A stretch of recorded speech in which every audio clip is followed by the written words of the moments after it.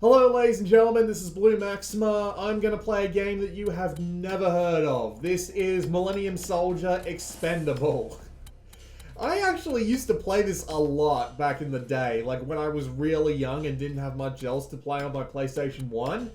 This is actually the Dreamcast version. I was going to get the PC version, but after hearing it was probably going to be an absolute bitch to set up, and then on top of that, be an absolute bitch to record, I thought to myself, is there an easier way I could do this? And it turns out I still had my collection of Dreamcast games laying around with easy access, and there was a port of this game to the Dreamcast, so I'm just playing that version instead. It actually looks pretty good. Like, seriously, there's almost no argument to it. It actually looks great for a Dreamcast game that was a arcade and PlayStation 1 port from 1999. With that said, though, I'll take some time to talk about what it is, and as I just said, it's an arcade port of a relatively simple shooter. Like, this is the sort of game that if it was remastered today, it would probably be a twin stick. So, the controls are really simple. You just move with the analog stick. If you hold one of the two shoulder buttons on the Dreamcast controller, you will be put into lock strafe mode. Then, you simply have a fire button and a swap weapon button and a grenade button. The grenade button can be powered up for a longer throw, which can generally get on top of certain obstacles. So if there's like an enemy standing on top of a pillar, you can fire a grenade off at them and it'll probably get them that way. But if you're far enough away, shots will automatically home upwards as well. So if you've got no grenades, it's not like you're defenseless against someone who's on a 6-foot-high pillar or something like that, you know? And that's legitimately the long and the short of it. Like, there's hostages to rescue that will give you some health back. There's score and health and time pickups, but frankly, you get so much time in this game anyway, unless you're playing on expert and taking it really slowly. You're probably not going to run out of time. And there's key cards that you can find that'll unlock doors. And little probes that you can get, they'll give you extra shots, and if you die, you lose all the weapons and probes you're carrying, but other than that, it's just straightforward running, shooting, and some generally nice effects. Like, at pretty much any time, there's something exploding, something that's taking shots at you, something that's giving off some really nice effects, at least for 1999. I kind of miss these sorts of games. Like, back in 1999, this wouldn't have been anything particularly special, right? You would have gotten a couple of hours out of it, you would have put it down, you would have walked away. But 20 years removed from the fact, when you can get this sort of game and you can actually buy this on Steam, you know, minus the setup issues you may or may not run into, I decided not to deal with that, as I said earlier in this video. Despite that, you might be able to get it for something like $3, $5, you know, just something really cheap like that, which is absolutely worth the time. And it makes me wish that older console libraries were more available for sale in this way, because there are a lot of games on console that didn't last very long, were a bit too jank to really justify full price, or both. So it just makes me wonder, how many of these other sorts of games are out there, just these diamonds in the rough, that, well, not so much diamonds in the rough, but you get what I'm trying to say, right? Like these little interesting games that you can play for a couple of hours and not feel bad for having spent a couple of bucks on versus the full retail price that you would have paid for them back in the day. And me, I really enjoy this. I played this on the normal difficulty and not the extreme difficulty, and I found it to be, well, pretty reasonable, outside of the fact that there are a few things that can kill you just instantly, which is a little bit frustrating to deal with. There's a fair few different kinds of enemies, there's a fair few stages to go through. There's 11 stages, which will last you about 2 hours, which I get really isn't much, but at the same time, when you can get it for something like $5, it's relatively reasonable, at least in my personal opinion. You pay more than that for a movie ticket these days. And some people might get frustrated with the controls that force you to lock strafe if you want to be doing any reasonable amount of dodging of enemy bullets, but I personally don't mind it because the game seems to be relatively well designed around this fact. It's not like it's designed to play as a twin stick, but then you don't have the maneuverability you would need for a traditional twin stick. So yeah, I really enjoy it. Not to mention that it actually looks pretty good. I mean, it's got the whole like grimdark, everything is blown apart, everything is a piece of shit sort of style going on. But at the same time, it's got plenty of like neat little effects and touches going on, which actually make me enjoy it, and it's one of the reasons why I personally appreciate little touches every now and again, like the little bits of blood that you see sometimes splattered along the ground, or in the third stage, I don't know why I'm able to remember this more than I do nearly anything else about the game, but in the third stage, in the pool, there is a robot in the middle of a flotation device, so one of those weird little rings. I do spend a little bit more time looking at it than I should, because I honestly forgot that existed, but as soon as I saw it, I was like, oh yeah, I remember that. That thing was sick. It's a simple game. It wears what it wants on its sleeve, right? Just simplistic action, tons of effects, plenty of enemies to go shoot, and it's over and done with in a couple of hours. I haven't played the entire game on this video, obviously, but still, I really do appreciate little games like this. And again, when you've got like a bunch of these sorts of games which aren't great, but have enough redeeming factors or just charm to them that make you think, you know what, this would be worth like $5 of my time, then yeah, it's disappointing that you don't see like old console libraries get scoured for games like this. Not even to like be remastered, just hell, package them with an emulator and give it a little thing before it starts up that says like, hey, plug in an Xbox 360 controller, here's the control scheme we bound for the emulator, off you go, son. It's kind of disappointing in that sense. I really wish that little games like this would have a bit more of an opportunity. I mean, this game is on Steam, so it is one of the ones that did get that opportunity, but yeah. Would I recommend it? Yeah, if you can get it for $5, why not? I mean, you could always, quote-unquote, do what I did, find a copy of the Dreamcast version online and then play that through what this emulator is, which is Redream, but still, that's not something I'm legally allowed to recommend, so I'm not going to, but as I said before, the Steam version is always on sale for something like $5, if not even that. So, basically, go buy that, and then you don't have to feel guilty about using the Dreamcast version to have something that's just easy to play. That's the sort of take I take on these sorts of things. Like, you already own the game in one form or another, why feel bad about playing a different version of it? It's funny, I was looking up reviews for this game on Wikipedia, and some site named Next Generation, I assume they're gone now. Might have also been a magazine, considering the time this game came out, but okay. But yeah, they gave the Dreamcast version 1 star, and I just can't help but wonder why. There doesn't seem to be anything particularly wrong with it. I enjoy it. And you know me, I'm a bit of a stickler for games. Like, man, there are the most minor of things that can absolutely piss me off about a game, but something like this is absolutely fine. I don't know how that happens, but, well, I wouldn't be honest with myself if I said those other games weren't a pain in the ass and this game wasn't at least enjoyable to me personally, so, you know. But yeah, I recommend Millennium Soldier Expendable if you've got $5 spare and 2 hours to put down on a somewhat unremarkable but still enjoyable effect-filled arcade-style shooter. With that said, though, why the fuck am I playing Millennium Soldier Expendable instead of, like, anything else? And that's an honestly good question. I was originally going to buy Xenoblade Chronicles Definitive Edition. But the last time I played that, I remember that I got, like, 14 hours in, and then I lost interest.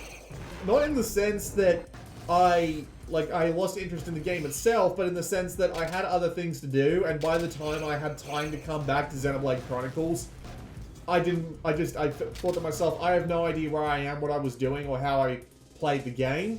So, I thought to myself, okay, I probably shouldn't buy a game for $80 Australian that I'm probably not going to finish, because I don't have PlayAsia advertising credit anymore, and God knows I have other costs I need to take care of, so dropping $80 on a game I'm not going to finish just seems kind of out of my wheelhouse right now.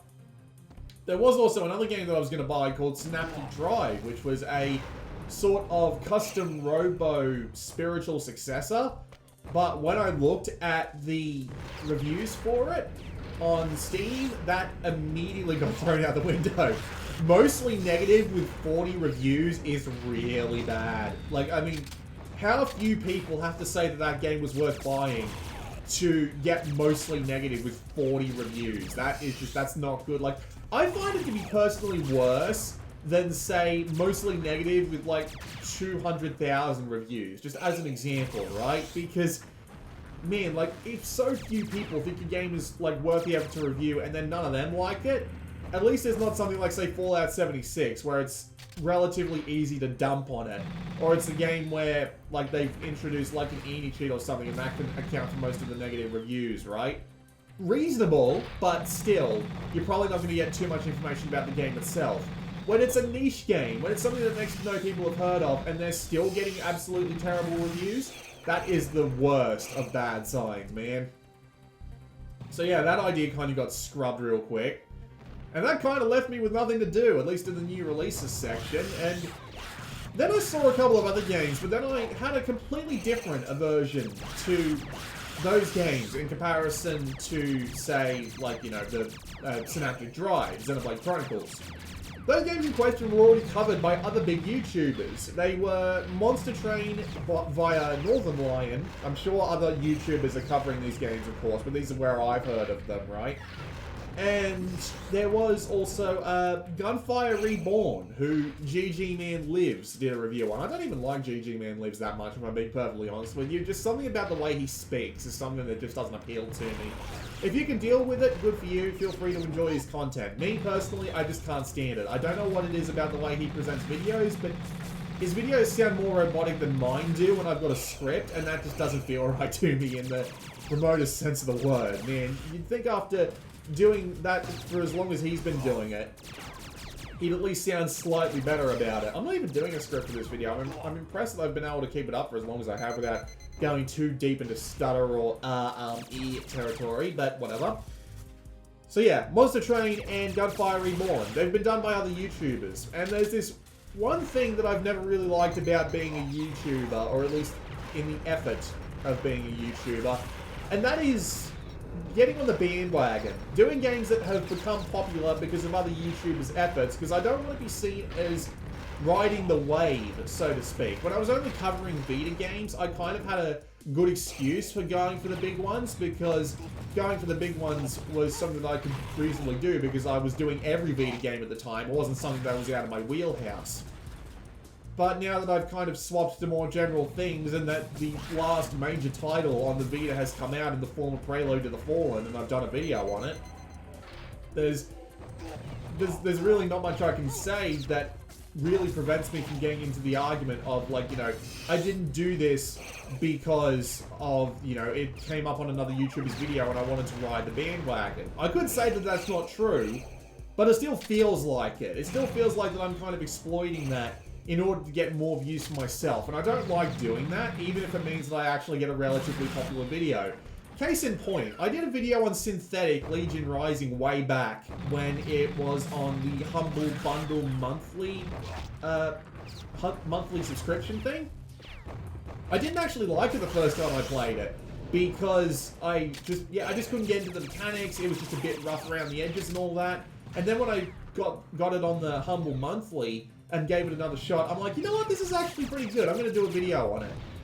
And then Seth Sinsa, I don't even know how to pronounce it, Seth, like the guy who's got the 4chan style humor and everyone thinks is Mandalore Gaming, he did a video on it. And I've actually been riding off the coattails of that ever since, because since that video came out beforehand, it was another video for people to look up on the subject, and that video is now sitting, well, it was previously at something like, say, 200 views, like before Seth did his video on it, and now it's at something like 6,600. Not the best, but certainly not something I would shake a stick at. And, well, yeah, that is fine. The fact that I got lucky on that one, I'll take that. There's a few situations like that on my channel, actually, where I've done videos on, like, Vita games that have ended up on other platforms, and so they've ended up getting, like, getting more views as a result of like coming out on other platforms or showing up on PlayStation Plus or something along those lines. I think, to cite another example, Hyperdimension Neptunia actually got a Steam release, and when it got a Steam release, my video got an absolutely massive boost in views to the point where I think that video is actually the second most viewed video on my channel at this point. But back to the original subject that I was talking about, I just don't know whether to feel bad about it. I was actually talking to a mate of mine who said something along the lines of, I don't actually mind if my favorite YouTubers do a video on a game that someone else has already done a video on, because I like listening to their opinions on it. And that's about as reasonable as any other take that I could imagine. I never really thought about it that way. It's just trying to get over that little idea, or trying to summit the concept. Like, am I really doing this because I like the look of the game and I want to talk about it? Or am I doing it just to, you know, give myself a little bit of an advantage? Show something that I'll actually be likely to get views, although I imagine by the time I get a video done on something like Gunfire Reborn on Monster Train, it's not going to matter, because all the views probably would have been gotten for that game at that point, minus like some absolute trickle that you would probably see, but, well, what do I really say to that? I guess the absolute perfect option would be to keep an absolutely like sharp eye on the upcoming Steam releases and get anything that looks even remotely interesting and hope for a hit. But even then, that feels a bit cheap, because I'm not getting a game that I want to play. I'm getting games in the hope that I'll be lucky enough to ride off someone else's coattails. Of course, this would probably be, if I was actually a half-decent YouTuber, hopefully I'd actually have some decent viewer counts by now, and I'd be the one pulling the indie niche games out of their holes and into, like, actual mainstream popularity, but we all know that's not going to happen after 10 years, so... Honestly, I don't really know what I'm talking about at this point.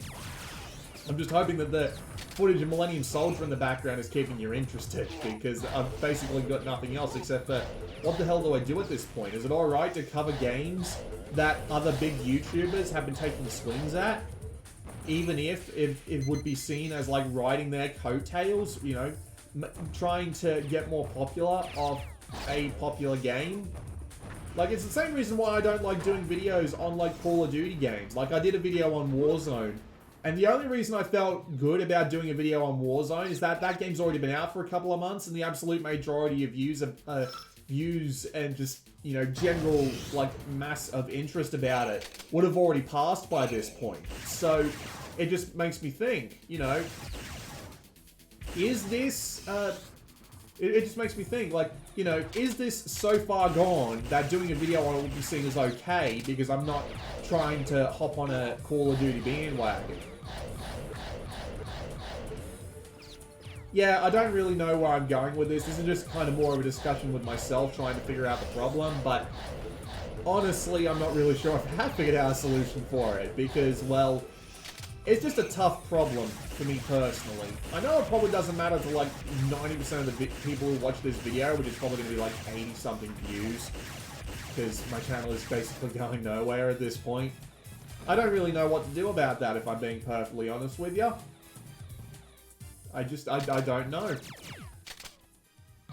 There is something that I am planning to do that will make my content a bit more structured, but honestly at this point I'm pretty certain that YouTube has screwed with the algorithm in such a way that I don't think I stand much of a chance of getting views naturally. I'd have to have some kind of outside source, whether it be like being posted on Reddit or something like that, come and help me out with actually getting views. So I don't know if I'm just going to be able to grow naturally anymore. Then again, I didn't really grow naturally in the first place. I had the r/Vita subreddit to help me out with that, and now that I'm big enough, and also that I'm a moderator, which I'm probably about to step down from that position, if I'm being perfectly honest, because I haven't had the time to properly mod that subreddit in weeks, let alone the last couple of years. So, yeah. Basically, get your videos posted on places like Reddit or social media and hope for the best. That seems to be the best way to grow on YouTube these days, more than anything else, right? Because there just doesn't seem to be a way around getting like a massive viral hit, and even then, you really got to be able to ride that shit. So, I don't know what to do. I'm probably going to be doing something a little different, because I just learned recently that a site that I've been writing for some time is actually planning on shutting its doors sooner rather than later.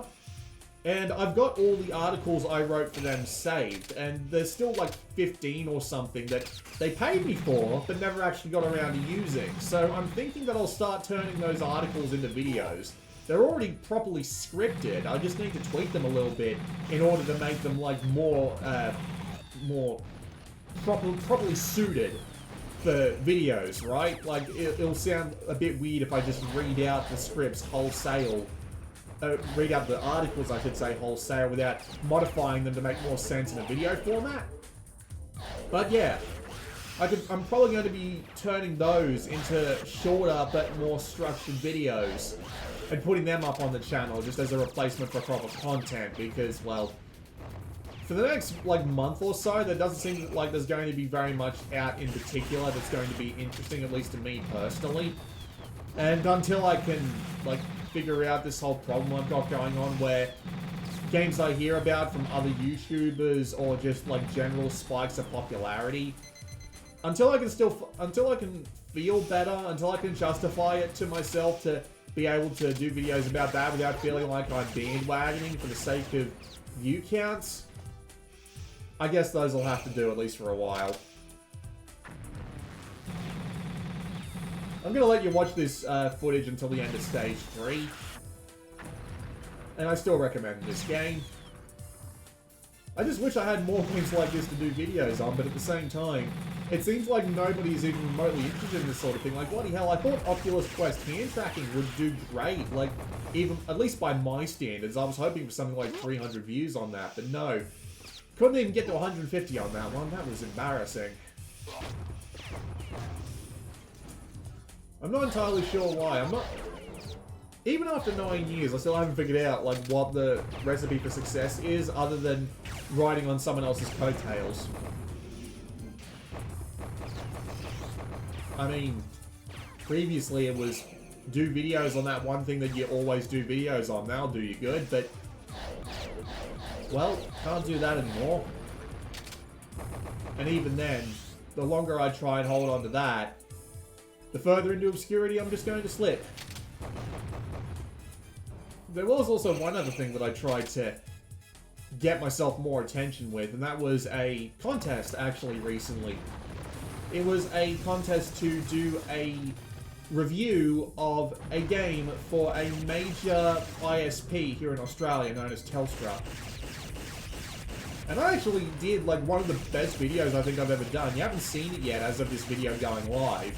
It's probably going to be, like, I'm just going to, like, edit a little bit extra onto the end of that video and then just put it up as is. Just as one of the days of one of the regular videos of the day, but... yeah, other than that, it's... I tried. I really did. That did turn out to be one of the best videos I've ever done, but it wasn't good enough, apparently.